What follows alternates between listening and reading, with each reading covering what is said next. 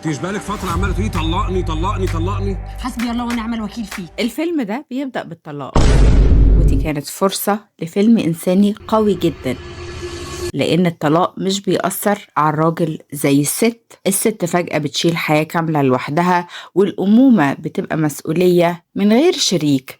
وفي المقابل الراجل غالبا بيعيش أزمة منتصف العمر، بيغير شكله، ستايله، وعربيته.